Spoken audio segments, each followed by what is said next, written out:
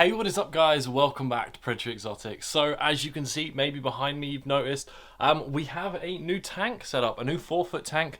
I wanted to explain to you guys kind of what today's video is. We have got a new snake here at Predator Exotics.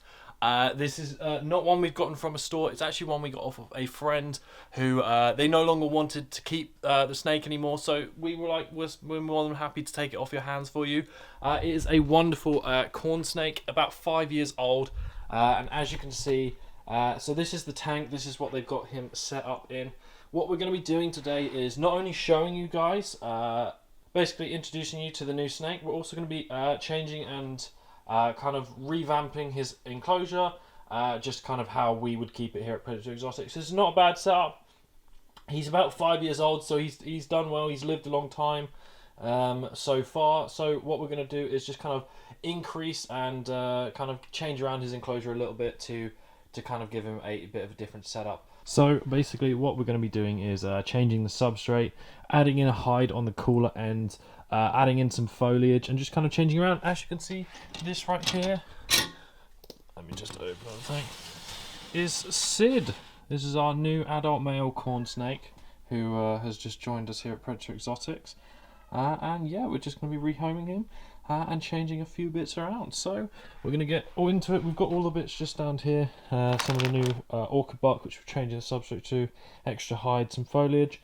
And yeah, we're also going to be changing the bulb and adding in a actual strip light as well. The strip light is still waiting to arrive, but we've got a temporary one that we can put in there for now.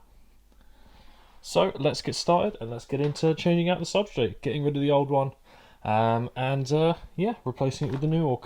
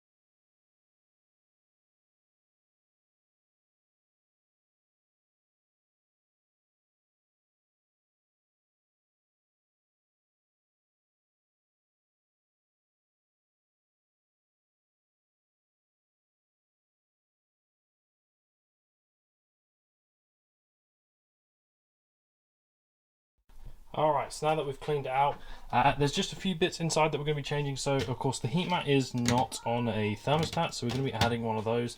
And this right here, as you can see, is not a heat bulb. This is just an LED bulb that they've got in here, which is fine.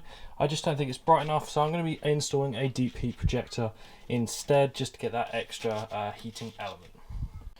Alright, so now that we've cleaned it all out, we've actually installed a digital thermostat, along with actually fed the wire through. We're going to get rid of the heat mat, we're just going to have the deep heat projector, because it will do perfectly fine penetrating through that rock on the hot side, and then of course we've got the cool side over there, which will have a new hide, which of course he didn't have before, so that's going to be nice for him to have the option of kind of going in the cool side as opposed to just hiding amongst the logs.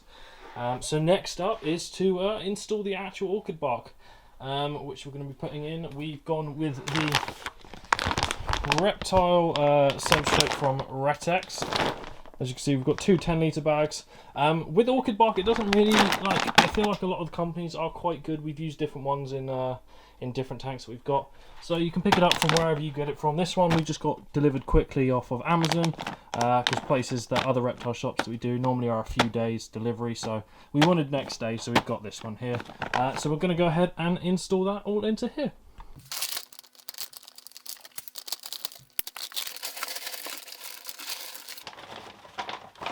So the real reason we're preferring to use orchid bark over aspen or any form of like kind of like wood shavings or anything like that is because it will hold in this humidity a lot more, and kind of you need a decently high. It's not too high for corn snakes. We'll be coming out with a full care guide on how to do it, but it just kind of traps in that humidity. And personally, I just think it looks nicer as well. It definitely goes with more of kind of like kind of just that like bed flooring vibe in like kind of the wild, make it a bit more natural.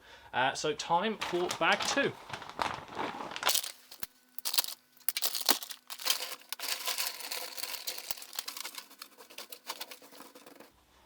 And we've also gone with making it a thicker layer than what the aspen had before. And it doesn't need to get to that heat mat at the bottom of the tank, as it will have top heating as well now, which is what our next thing's going to be, is installing our new deep heat projector. We personally use these on a lot of tanks here at Predator Exotics. It's one of the newer ones that Arcadia has come out with, and this is going to be great because it's going to get right through that rock on the hot side.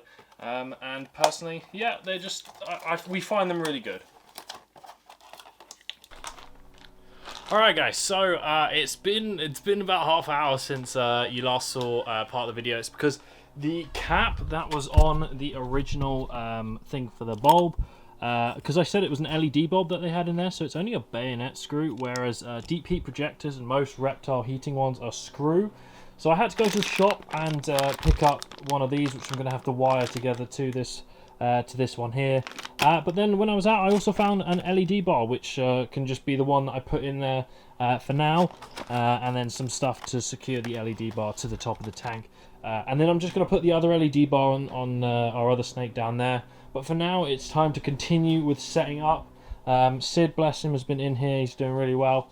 But yeah, I'm going to wire this up, get that all hooked up, and then we can continue with setting up everything. Sneak peek, Dom's doing some stuff in the background. But yeah, we're going to continue. I've just got to wire it up. Alright, so a few things have changed. I forgot that the thermostat that I put on there was only on and off. It wasn't dimming, so I've stuck a dimming one on there, but it's not digital one. So we got the probe just here. We're about to plug in our deep heat projector, and we've mounted and re-screwed all of the actual fitting for the light. And then, so once we put the bulb in, the rest will just be putting in some of the decorations that we've got set up on already here. As you can see, we've got a bit of a workstation going on. So yeah, just going to put in the rest of the stuff that's inside. Next up is the LED bar, which I'm going to have to rewire to get through the tank anyway. And then it will just be mounted with Velcro stick-ons. So I'm going to go ahead and start doing that, because the rewiring's taken me a little while. For you guys, of course, it's only a little cut. But yeah, as you can see, stuff's been removed. A lot of technical difficulties, but we're getting there. And so the LED bar is now installed, and I'm going to put up a side-by-side comparison on how much better. It's just made it brighter. It's just so you can see more. Yeah, that's what it's looking like, and it's looking so much better. You can see the whole tank now, other than just that one spot that currently has our deep heat projector going and heating up, hooked up to this thermostat. But yeah, LED bar installed, and as you can see, I've put the two hides in there now. So he didn't have this one before, so he's got a cold one and a warm one. I got the same style, this one, and then just a couple plants on some of the sticks, and then it'll be time to put him back in and he can enjoy his new home.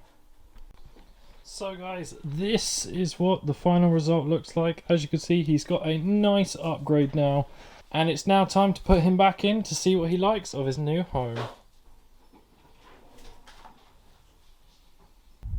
Alright, so this is Sid, our adult male corn snake that we've gotten off of our friend. Just wanted to give you guys a bit of an introduction, show you guys his colours. Obviously he's a normal morph, so this is what you'd find them like in the wild, but still an awesome orange colour, as you can see. He's just been hiding away for a while, so now he's exploring around. But look, he's so nice, he's super friendly, and a great addition. Obviously the biggest snake we now own in Predator Exotics. And he's just going to slither on up my arm. But it's time to actually put him in his new home, which is ready. He's obviously just going to hide away in the cave that we've put out for him. He knows his little caves. But that is him heading in. So yeah, this is just kind of an introduction to show you guys what a rehoming looks like. Of course, this is a previous owned by our friend, like I said, not bought from the store. And I think he's going to enjoy his new home. And yeah, just kind of introducing you. Biggest snake now at Predator Exotics. I was holding it for as long as possible. Of course, the biggest snake now at Predator Exotics, and he's got his new home.